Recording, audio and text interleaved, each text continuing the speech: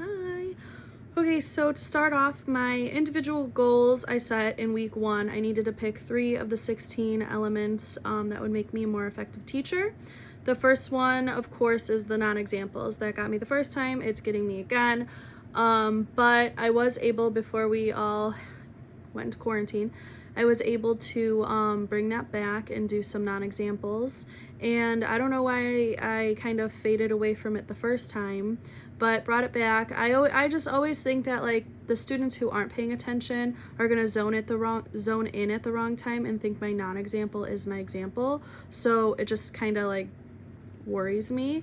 But I think I personally need to focus and kind of get better at my like dramatics and my silliness, just so they know like, whoa, she's not being serious. So I think if I can exemplify that I'm not being serious, or that it is a non-example, like this is so silly, why would anyone do this, I'm making a mistake here, you know, my non-examples will go better. So I'm working on that. It's going better. And then brisk pace, that was also a goal of mine. I love it. I love brisk pace, and it keeps the students on track. It keeps their mind going with me.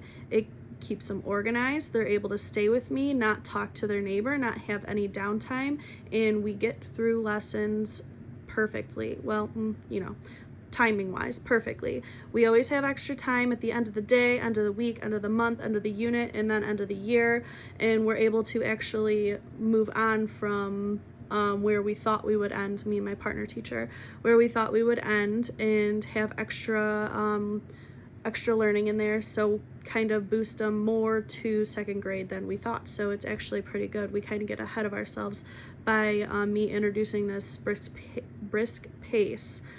It's overall, it's I don't know why teachers all don't know about this. I don't know why I had to learn about it in a course.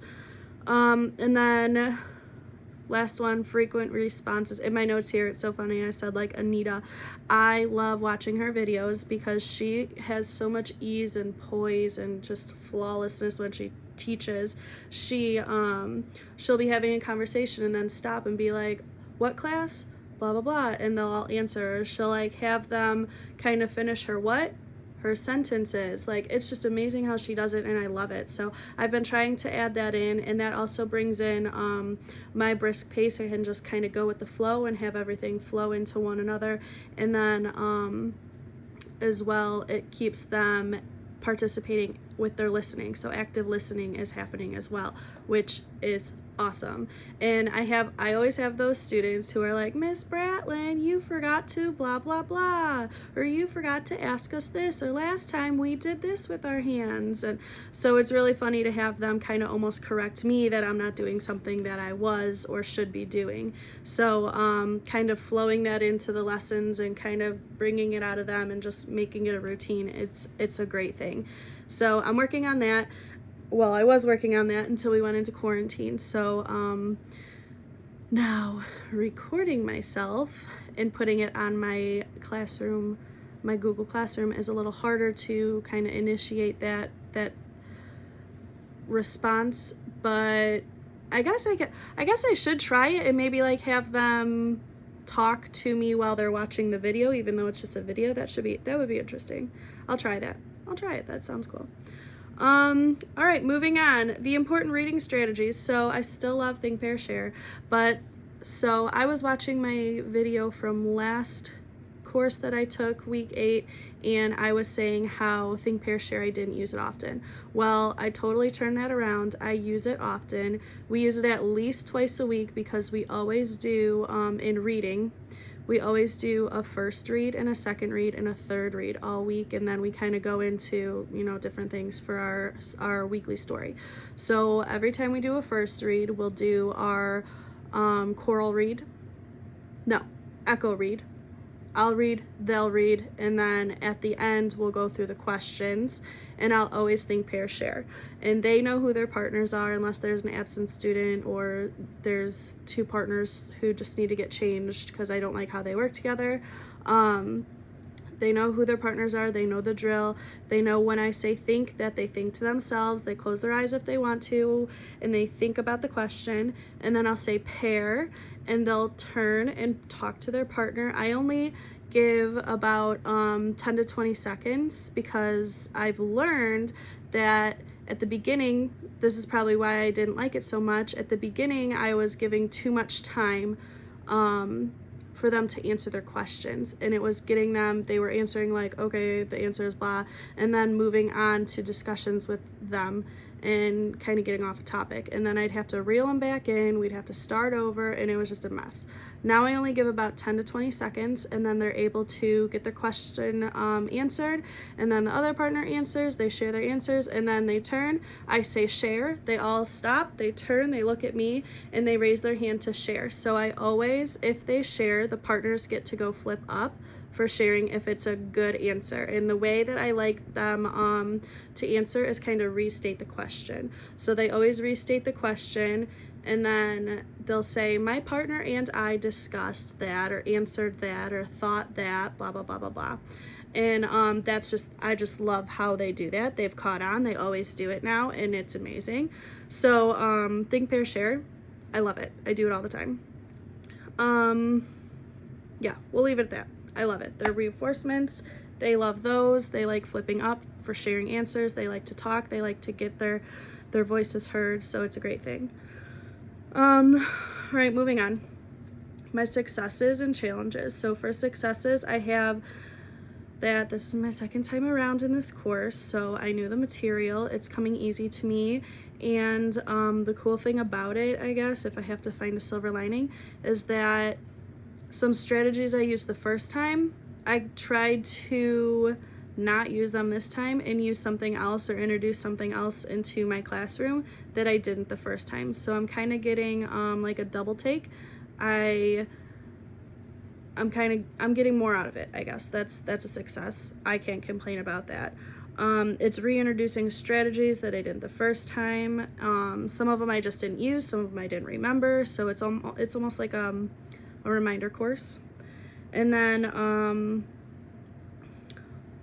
my challenges. My main challenge right now with strategies is that in remote learning, it's very difficult to have strategies, teaching strategies, learning strategies, reading strategies, any strategy. It's so hard. So backstory, I am in Illinois, and my district, my specific district, we didn't go on this quarantine break until March 16th, and we were just told that we'd be off for 2 weeks. So we gave each student packets. They were pretty thick, one for reading, one for math for first grade at least, and they were to do those 2 packets for those 2 weeks and then bring it back when we got back April 30th. Then April 30th came along and we had to extend. So, okay, we're gonna come back April 8th, I think it was. That didn't happen either. So we were just told to hold tight. Well, during that week, we kept getting emails and updates, and my superintendent decided that we were gonna go into remote learning after our spring break. Our spring break was Easter week, so April 12th to the 19th. So she said, after that, we're going to do remote learning. Here's the thing. My district is a low-income district, so this entire year and all of the back end of last year when this e-learning thing became popular and districts were adapting it, she said she wasn't going to do it because we can't guarantee that all of our families and households have technology to do remote learning or e-learning. So we never adapted it. We never got into it. Teachers weren't required to have or use Google Classroom, and students, my students at least, didn't even know that they had district emails to log into. That no one knew how to use any of this. So it was really a big shock to all of us that we had to, teachers, let's start there, teachers had to start going through trainings, and we got probably, I think it was 3 trainings only, and it was never face-to-face. It was on Zoom meetings, screens. We had to read through it. We had to figure it out for ourselves, so that was hard. Secondly, our students I don't know which ones have technology and which ones don't. I have 16 out of 22 students logged on, but only about 11 are actually actively participating. Haven't heard, that means from 6 total, haven't heard from them at all. And then aside from all of that, actually teaching through a screen is so difficult, especially with first graders. If we ever do a Zoom meeting, I have students bringing in toys. Look at what I got. Oh, look at this action figure. Or I have them talking, hey, Sarah, did you hear about blah, blah, blah? Or, hey, when this is all over, should we hang out? It's so hard. I tell them to put their mute on and they don't. Like, it's hard. So Zoom meetings are basically just a, hey, how are things going, catch up. When I have to teach lessons, I'll record myself, but it's hard to kind of get through those strategies because I'm not face-to-face, not walking around, not seeing if they're getting it, knowing if they're getting it. Their parents are helping them, so it's kind of a mess. I'm getting through it. We're all getting through it, but it's hard. That's my challenge. Everyone's challenge, but that's what I want to talk about. That is my serious challenge. It's hard to see these strategies in effect if they are. It's hard to use them. It's just hard. Speaking of strategies, I want to show you my strategy cards. Nope, not gonna do that. My camera won't flip over. I will move to posters. So my sentence starter benefits poster, I have one in my classroom. It's bigger, it's hanging on the wall, but obviously I can't get into my classroom, so I recreated a poster, and this is what it looks like. I will have this behind me when I do my Zoom meetings and my lessons. Kind of just a little fun, creative, colorful poster for them to look at and read, and if they want to zone off, at least they're reading something behind me that's effective for them. Then I also have 2 parts of my 16 elements of instruction. Here is 1 through 5. Again, colorful, something for them to read behind me. And this is 6 through 16. This is kind of, in my classroom at least, this is more for me to look at, but I made it colorful. It kind of basically looks like this in my classroom too, just with bigger paper. It's kind of for me to, every time I read it, I'll be like, oh, hey, I should do that, or oh, hey, let me remind myself to do that. But colorful for them, fun to look at. It kind of goes with the theme of the room, which is color. Okay, let's see if I have my strategy cards here. See that? I put it in a chart, and I labeled it all out, strategies, when to use, and steps to remember. So I printed this out. I added to it, so the last time I took this course I had it. I added to it, kind of mixed it up and everything. And now I have it printed out. I have it in my classroom, still have it on my table. I have it with my lesson plans. I have it on my desk, and then also still, I love this idea. I put it with my substitute binder, and every time I have a sub, I like highlight what they're doing. Hey, this is what they're doing. This is how you use it. This is something to remember. It's a how-to for subs. Just if I say think, pair, share with these questions, they'll at least have a background of like, oh, this is what think, pair, share is. I know the students help them more than my papers probably, but it's a reference. It's great, and I made it into a table, and I've made it longer, so I have on here think, pair, share, anticipate and remove, think and write, pause, procedure, study, tell, help, check, look, lead, whisper, choral read, echo read, and gestures and body movements. So I'm adding to it since the last time I took this course. It's working. It's pretty cool. I like it. Yeah, so that is my my video of the overall course. Those are the things that I wanted to share.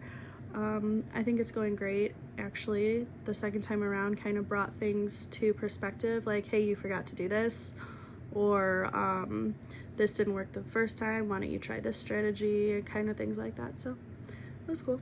All right, bye.